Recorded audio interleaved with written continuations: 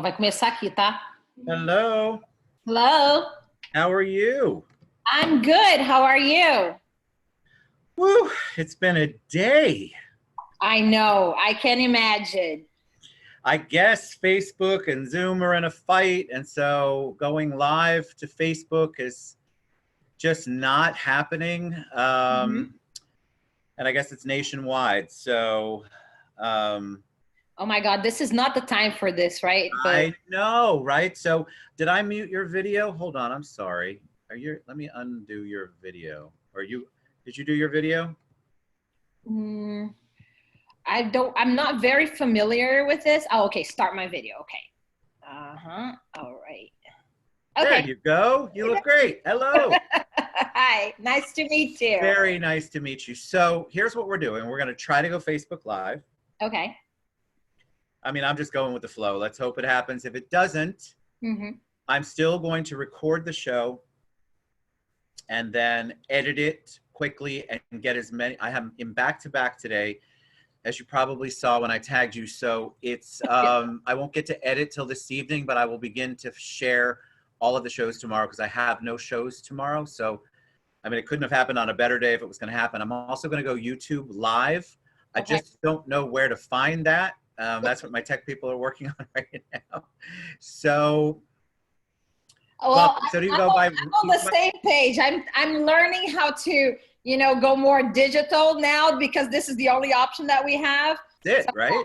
I've been having meetings with my suppliers from U.S. Foods. I've been talking to family in Brazil since I'm from Brazil.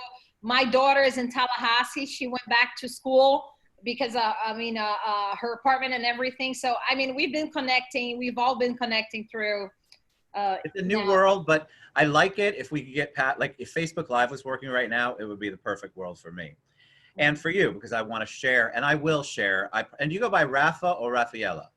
Rafa is fine. It's Rafa, easy. okay, because that's what your Facebook tag is. So, all right. So I'm going to a couple of things. I'm going to disappear for a minute, but you can still speak to me. Okay. I won't go live until I tell you I'm going live. Okay. And we'll record the show as if we are live and go with the flow. We will be live on YouTube, and as soon as I can find that link, I will share it to you so that you can share it with everyone else. That's what my tech people are trying to figure it out now. Nobody can figure out where, when it says go live, where it goes. Like nobody has any idea. I guess it's a new thing. All right, so bear with me. I'm going to try to go Facebook Live. Let's see what we get. And if we get knocked out of that, then I will go YouTube Live. So I'm going to disappear for a second. So you're trying to go Facebook Live and they're kicking out. Yeah, so apparently there is a glitch between Facebook and Zoom. They're fighting, and everyone is having this trouble. I tried it on 2 laptops here.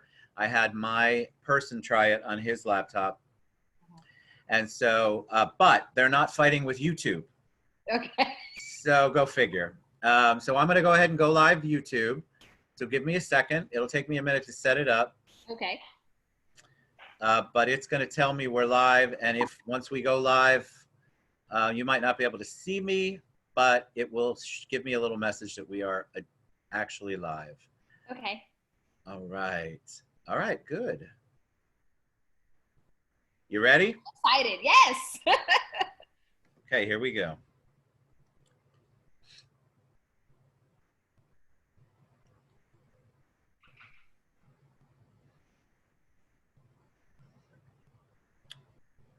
Better without the glasses. Right. Crazy. Okay. So we are officially live on YouTube. I'm going to get out of it so you don't have to hear me. So we're live. So welcome, Rafaela, and how do you say your last name? Cabede? Cabede. Cabede. Yes. Very good. I butchered it, I'm sure. I'm so excited to have you on the show. I am excited to hear about Mrs. Potato, and I appreciate you, trying to hang on in this crazy world. And the whole point of these shows is to give you guys, small businesses, especially our restaurant friends, some promo, maybe people who had never heard of you before. So welcome. Well, Ted, thank you so much for the invitation. And I'm excited to be on the show. Many of my friends have been on the show. And I was just waiting. When is it going to be my turn? Our pizza friend, Retro Station, has been on the Yes, show. yes, I love them. yes. She told me all about you, and she was like, "Oh my God, you got to meet him." I mean, unfortunately, it's not the best of times, True. but I mean, I'm very pleased that you are doing this for all the restaurants, because it is difficult times and we are all struggling. So I really appreciate it. Of course. So I want to dive in. People love to hear origin story, like background. So Rafa, tell them a little bit about you, where you're from, and then how you got to this point of Mrs. Potato. Well, I'm Brazilian, and I came to the United States 10 years ago. I was a teacher back there. Nothing, I don't have any culinary background, except that I used to cook for my friends, which was kind of a hobby and something that I loved doing for leisure. When I came here, I didn't know much what to do. As all immigrants, I started working at a perfume store. From there, I went to a restaurant, a Brio, over at Millennium Mall. I started as a host, and I fastly climbed up to be a waitress. I think I was a host for about 3 or 4 months, but because of all the Brazilians that were invading Orlando, they needed someone on the floor that could speak Portuguese, and that would be me. So I became a server, and I worked there for 4 years. And that was the first time that I ever went into a commercial kitchen in my life. And yes, from the for the 4 years that I was there, that was my big school. I was always very curious. I was always very, nosy, not to say. I was like, why are you doing You're this? inquisitive. What is that? So it got me, I got to learn a lot of things beyond being a server, from the back of the house perspective. And then all my friends, they used to say, oh, you should open a business, you should open a business.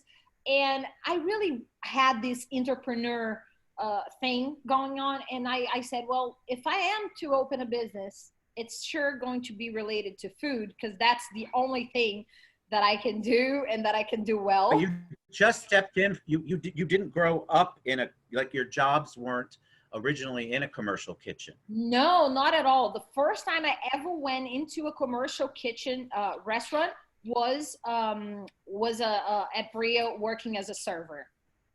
Wow. All right. So I love that Brio, by the way. I used to sit when the economy was really good pre-2008. I would sit there, and my kids and my wife would all go shop, and I sat at the bar and had some of the best drinks and Bloody Mary. I still have that Bloody Mary recipe from that Brio.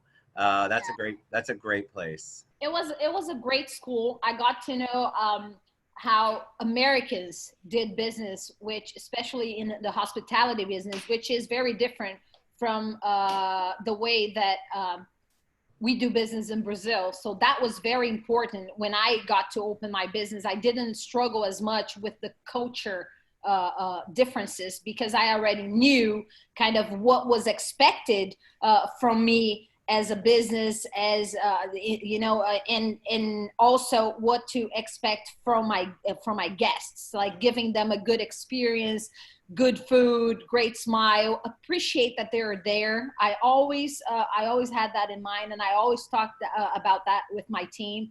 We have to honor that they walk through that door and they're willing to spend their money in here. Look at how many restaurants are there. They could be anywhere, but they are here. So don't ever think that, oh my God, there he comes, oh my God, I have to, serve this table. No, you have to be happy, So these are things that I learned at Brio, and that I took it for life. All right, so you have to tell me, first of all, yes to that. One of my biggest pet peeves restaurant-wise is when I go into a place and I feel like I'm bothering them. And you know it because you've probably experienced it too. You go in, you sit down, there's 3 tables, 10 servers over there, and nobody wants to come and pay attention to you. It seems like you're trouble. And I just can't figure out why the owner would want to create that kind of atmosphere. I guarantee you people are not thinking like that right now, which is a good wake-up call. So tell me about Mrs. Potato. How did you come up with this concept? Well, so I knew I wanted to open a business. I knew it would be related to food. And all I knew was my food, like Brazilian food. Then it got me thinking, okay, so I'm going to just go into like the steakhouse thing. And I was like, no, there are steakhouses everywhere.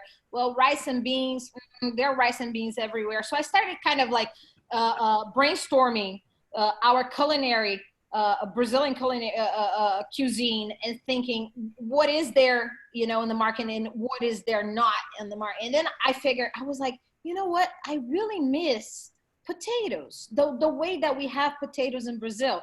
In Brazil, we have a concept, it's called a potato house. Just like you have a pizzeria, you have a donut shop, you have an ice cream parlor. There are potato places, potato houses, which they are all based on potatoes. Usually they are divided. Some of them only do baked potatoes and some of them only do roasties, which are the stuffed hash browns. So I figure, you know what, I'll just put them both together and I'll do both. And I'll create a menu that's going to be potato centered. Then I started thinking of a name. I wanted something to be just like you look at the name and you know what it is right there. So I was like, okay. And then I thought of Mr. Potato. At first it was going to be Mr. Potato. So I came up with Mr. Potato. Then I started like drawing the our logo, which was a Mr. Potato head in a chef suit. And when we went to actually print stuff, I looked at it and I was like, you know what? I'm the cook. Why am I going to go Mr. Potato? Now it's going to be Miss Potato. And then I told the guy who was making the drawings, I was like, hey, can you put some lipstick on this potato head, make her more girly? And he was like, sure. So that's how Mrs. Potato was born. We first started over at iDrive, very close to the former Wet and Wild.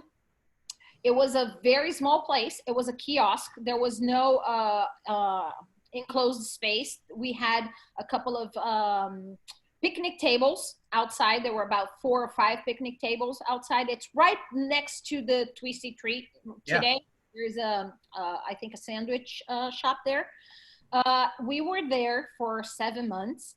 And when I first started, I started getting a lot of Americans in English, and they were all amazed, not by only the concept, but by the size of our dishes.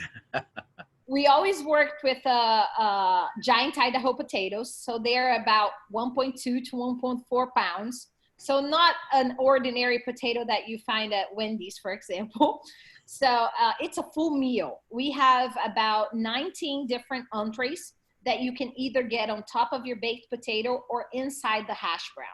Our hash brown is called the roasty.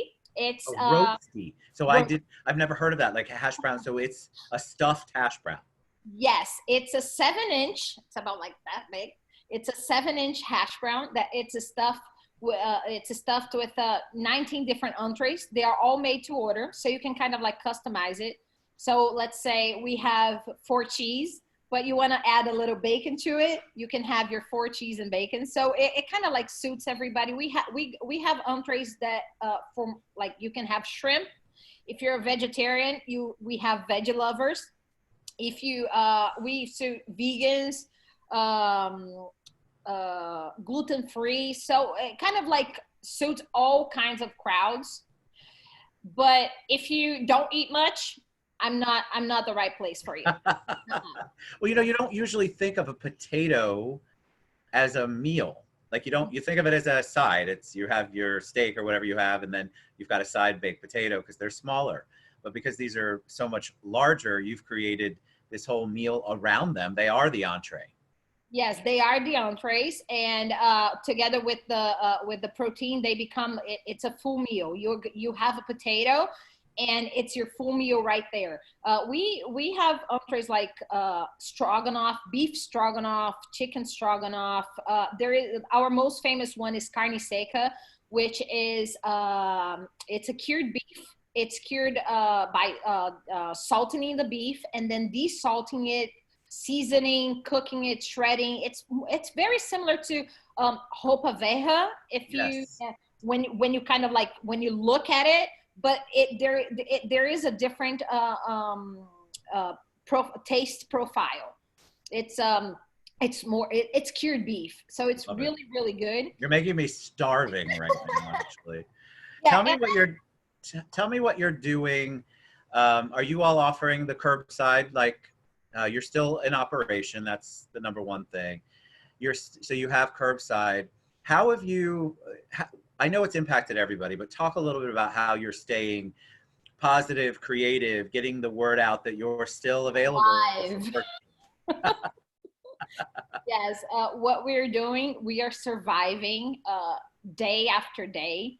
I think right now it's a little bit more stable in terms of we know, okay, so now this is where we stand.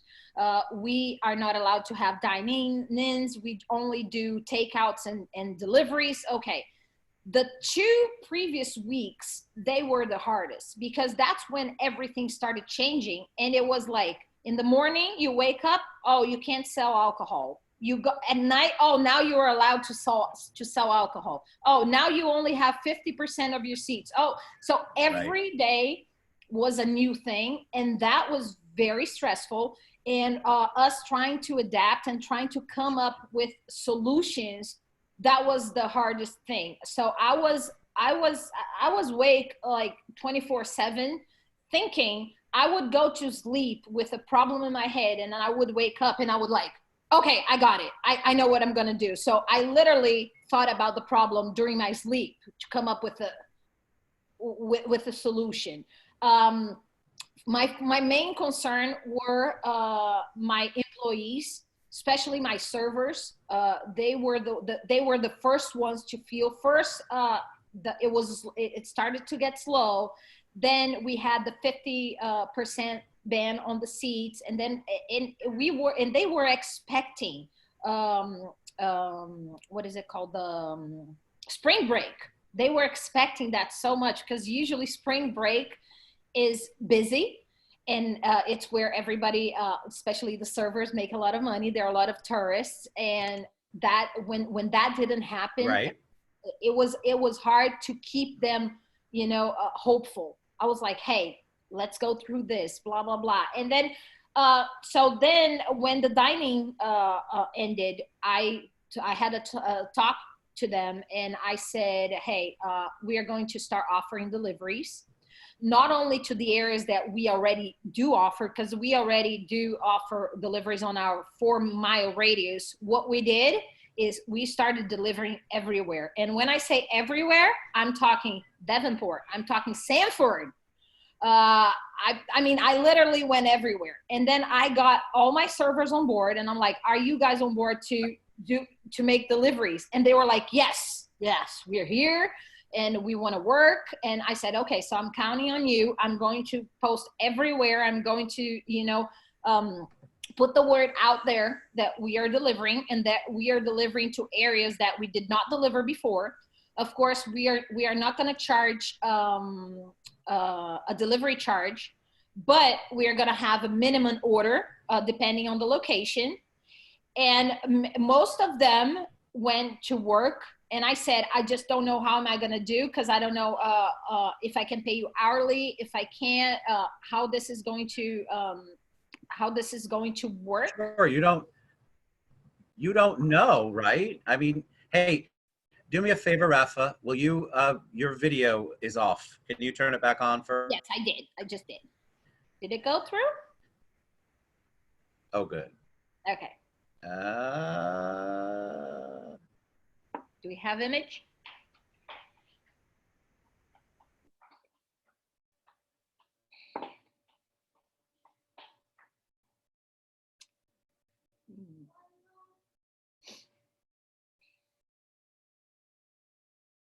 Oh. I have a frozen screen. I don't know if you can hear me. I don't hear anything. Oops.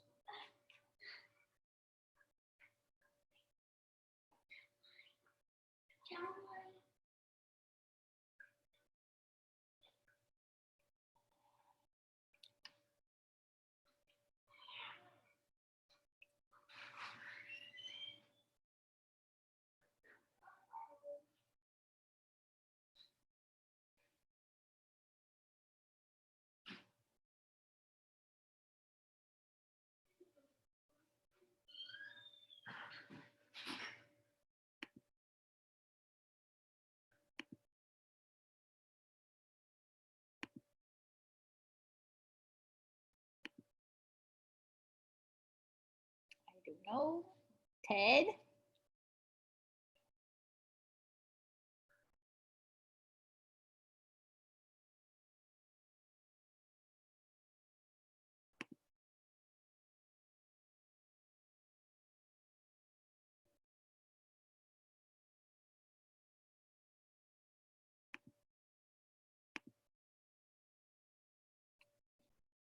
You're back. I see you. Can you see I'm me? back and you disappeared. I don't know what happened. So I'm glad it's still live and still recording. Yes, now you're here. I can see you. Never know. All right. So I know we were talking about delivery. So you've had to make adjustments, right? You've had Absolutely. to figure out what to do for your business. How are you staying positive? How are you staying creative during this? Because I know it's a challenge. Every single business owner, restaurateur that I've spoken with, you could get super easily caught up in the negative. And I'm sure it's a challenge, or you can do what you're doing, which is figuring out how to do things differently under the new normal. So what are you doing to stay positive? Well, first of all, I forgot about making a profit, making money. This is not the time to make a profit. This is not the time to make money. This is just a time to minimize your losses. And help the community. Be there for your team, because when this is over, you need your team with you so you can get back on your feet. And the creative part, most of it comes from wearing others' shoes, just like putting myself into my customer's position. I'm a mother. I have a 5-year-old who's home. I have a 21-year-old who is in Tallahassee right now. She goes to college, and she went back. Although there's no college, she has been having online classes, and she decided to go back home. So because there she has her own space. So it got me thinking. Me as a mother, what would I like right now for someone to offer? Right. So family meals. So we started offering family meals. Before, we only offered individual meals that would be served at the restaurant. Right now, we offer family meals. Frozen food. Some people, since you have a minimum delivery, some people cannot afford to have $50 delivered food every day. So maybe $50 food right. for a family of 2. That means food for 3 days. Right. So I offered frozen meals as well, so people can stock up and have Mrs. Potato right there in their freezer. That's cool.